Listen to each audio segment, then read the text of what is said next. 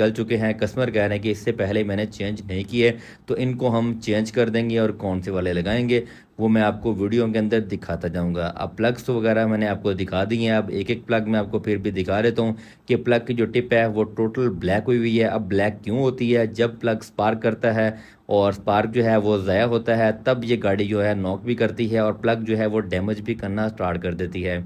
और प्लग वगैरह मैंने आपको दिखा दी हैं। अब कस्टमर जो बता रहे थे कि इसके अंदर लीकेज भी है, तो गाड़ी को लिफ्ट अप करते हैं। लिफ्ट अप करके लोअर साइड से भी देखते हैं कि इंजन के अंदर लीकेज है।